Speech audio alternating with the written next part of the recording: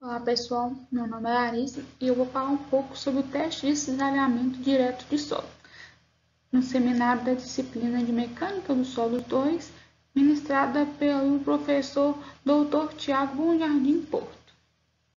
A norma de referência utilizada será a NBR ISO 12957, parte 1, que é a determinação das características de atrito, através da parte 1, que é o ensaio de cisalhamento direto. Será também utilizada uma norma internacional, que ela é um método de teste padrão para ensaio de cisalhamento direto de solo sob drenagem consolidada condições. E o objetivo principal desse ensaio é determinar a resistência do cisalhamento drenado consolidado de um material de solo em cisalhamento direto.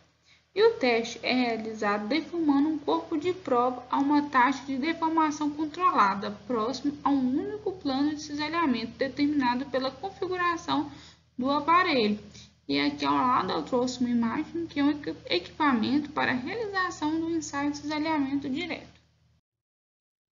O método utilizado para a realização do teste consiste em colocar o corpo de prova no dispositivo de cisalhamento direto, aplicando uma tensão normal pré-determinada, proporcionando o umedecimento ou drenagem do corpo de prova, ou ambos consolidados ao corpo de prova sob uma tensão normal, destravando os pórticos que o sustentam. Ao deslocar um pórtico horizontalmente em relação ao outro, há uma taxa constante de deformação. E aqui podemos ver um ensaio de cisalhamento direto, onde é demonstrado uma força vertical, que é a força normal, e uma força horizontal, que são as tensões atuantes. E as principais finalidades e importância desse ensaio é que ele permite que o excesso de pressão seja dissipado mais rapidamente do que com outros testes de tensão drenados. Os resultados são compatíveis para avaliar a força em uma situação de campo onde ocorreu a consolidação completa sob as tensões normais existentes. A falha é alcançada lentamente sob condições drenadas, de modo que as pressões excessivas dos poros sejam dissipados. Rotação das principais tensões, que pode ou não modelar as condições de campo. A falha não pode ocorrer no plano fraco, pois a falha é forçada a ocorrer próximo a um plano horizontal, no meio do corpo de prova. E as tensões de cisalhamento e os deslocamentos não são distribuídos uniformemente dentro do corpo de prova, e uma altura apropriada não é o suficiente para calcular a deformação do cisalhamento. E por fim, a taxa das tensões normais, taxas de cisalhamento e condições gerais de teste devem ser selecionadas para aproximar as condições específicas do solo. E aqui ao lado eu trouxe uma imagem que é o exemplo de uma ruptura de massa de solo e sua movimentação sobre uma estrada. Os principais aparelhos utilizados para o ensaio são o dispositivo para segurar a amostra com segurança entre duas pastilhas porosas, de tal forma que o torque não seja aplicado ao corpo de prova, uma caixa de cisalhamento circular ou quadrada, feita de aço inoxidável, bronze ou alumínio, com previsões para drenagem pela parte superior e inferior. A caixa é dividida verticalmente por um plano horizontal em duas metades de igual espessura, que são montados em conjuntos com parafusos e alinhamento. A caixa de cisalhamento também é equipada com um parafuso de folga, que controla o espaço entre as metades superior e inferior do cisalhamento caixa. E as inserções porosas, que funcionam para permitir a drenagem da amostra de solo ao longo dos limites superior e inferior.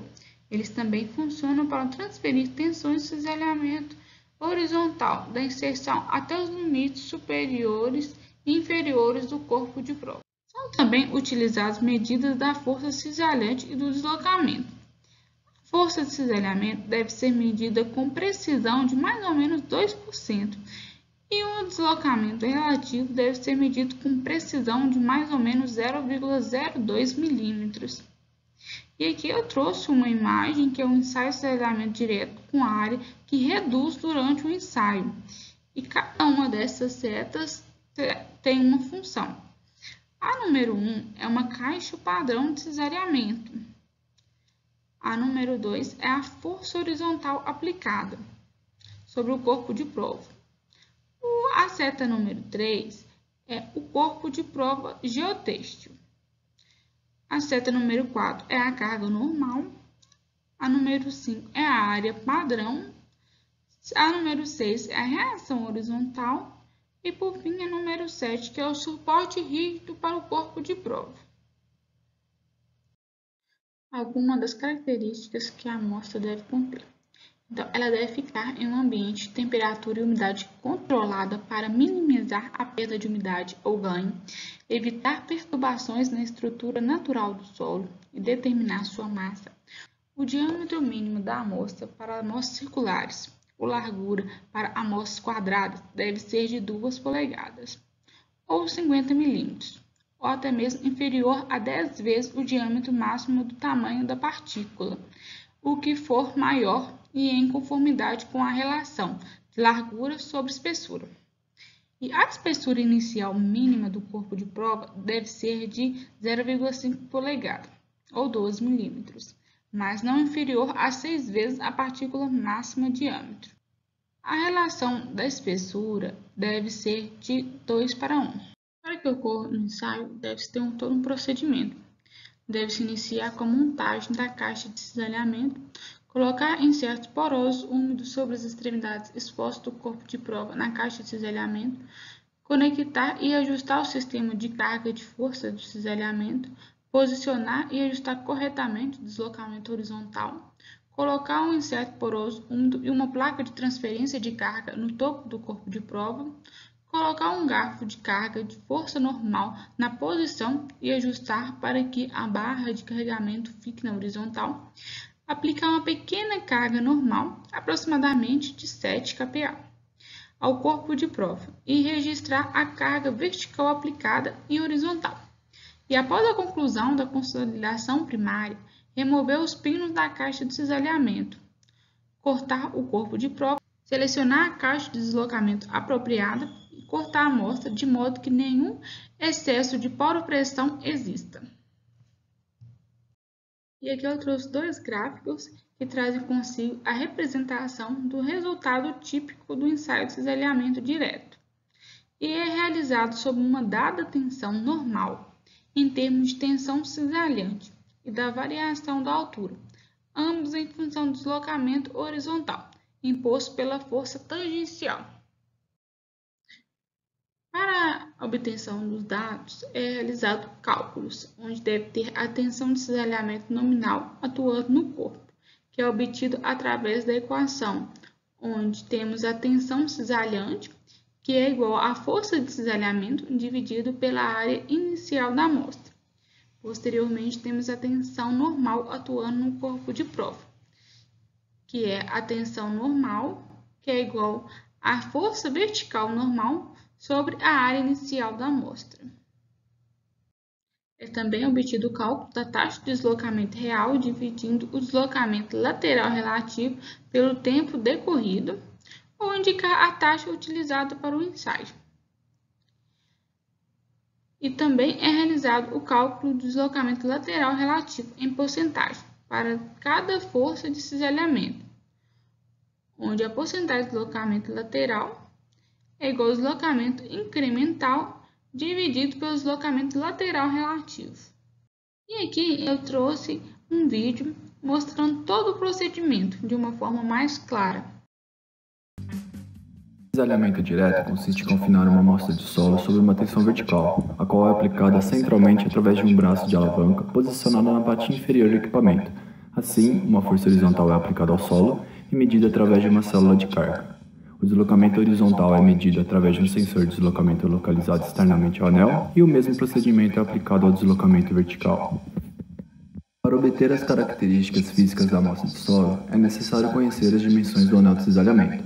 Desta forma, com o auxílio de um paquímetro, determina-se o diâmetro e a altura do anel.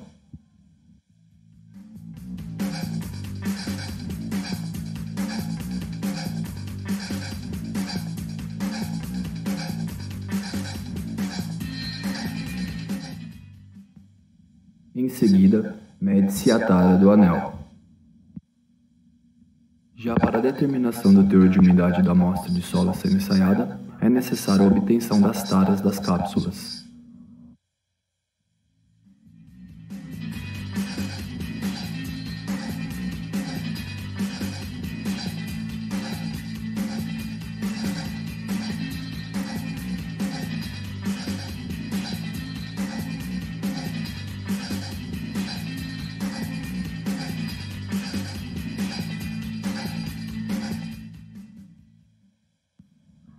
Para o procedimento de talhagem do corpo de prova é necessário o anel de cisalhamento,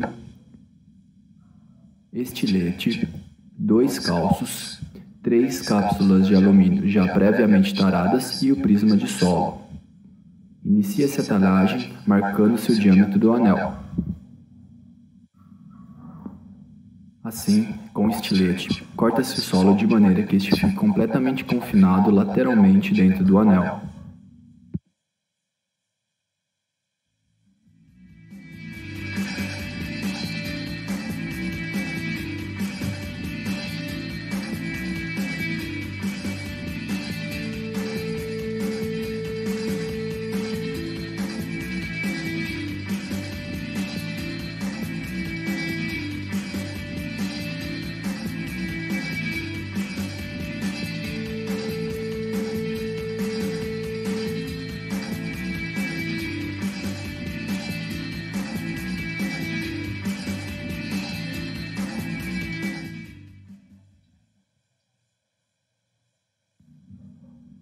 Após a talhagem, 3 porções de solo são colocadas nas cápsulas para a determinação do teor de umidade inicial da amostra.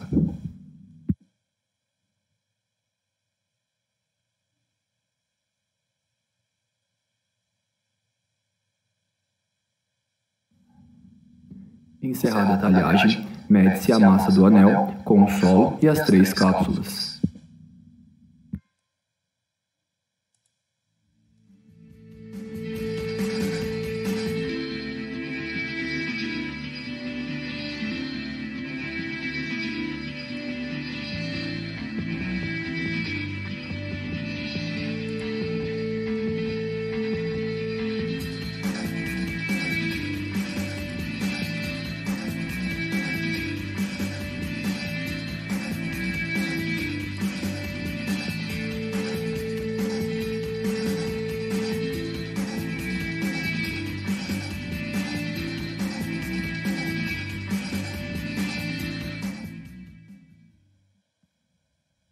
Antes de posicionar o anel no equipamento de cisalhamento, é necessário acoplar ao anel um braço externo, o qual transferirá a força vertical à amostra.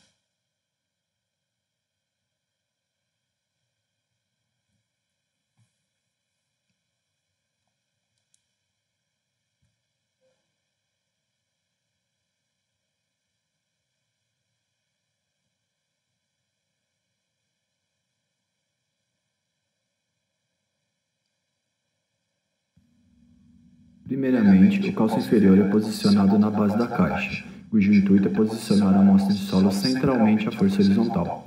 Assim, o anel com solo pode ser posicionado e o cabeçote superior move a amostra de solo para a porção central do conjunto.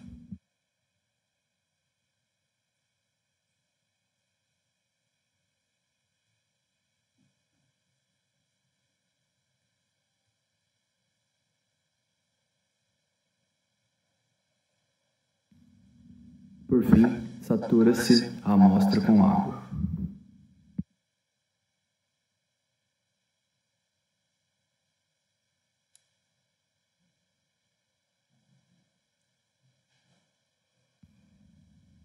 Após 24 horas imersa em água, inicia-se a fase de consolidação do solo. Esta fase consiste na aplicação da carga vertical através do braço de alavanca situado na parte inferior do equipamento de cisalhamento direto.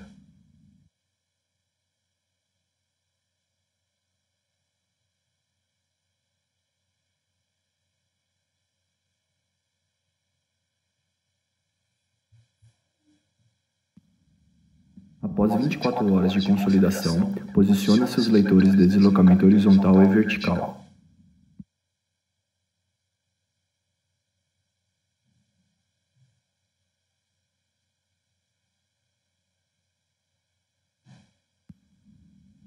As travas de segurança são liberadas e o equipamento ao qual aplicará a força vertical é ativado. Os sensores mostram as leituras da força horizontal em kN e dos deslocamentos em milímetros. O gráfico presente na imagem corresponde à força horizontal pelo tempo decorrido durante o ensaio. Neste ensaio de cisalhamento direto, a velocidade aplicada foi de 0,5 milímetros por minuto. A aplicação do deslocamento horizontal deve ocorrer até uma deformação mínima de 10%, que neste caso representa um deslocamento horizontal de 6,5 milímetros. Finalizado o ensaio, os sensores são retirados e a caixa é removida do equipamento. Após a retirada da água da caixa de ensaio, o anel superior de cisalhamento é retirado.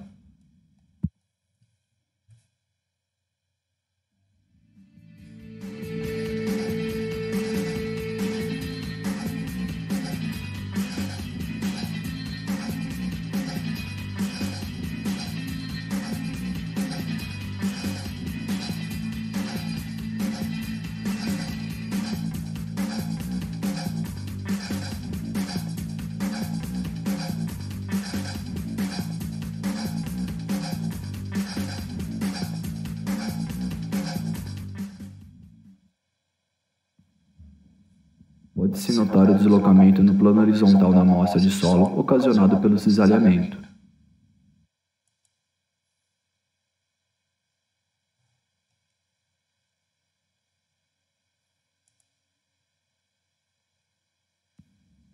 Ao final, são retiradas 3 porções do solo para a determinação do teor de umidade final.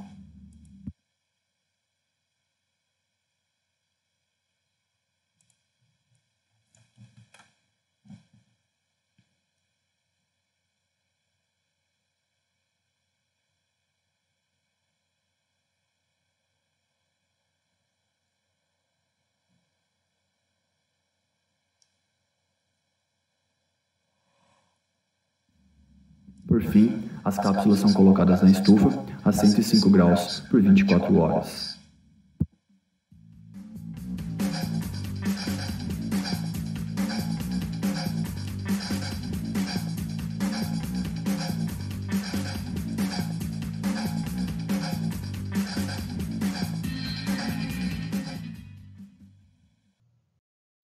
E aqui eu trouxe alguns exemplos típicos da influência da resistência ao cisalhamento dos solos.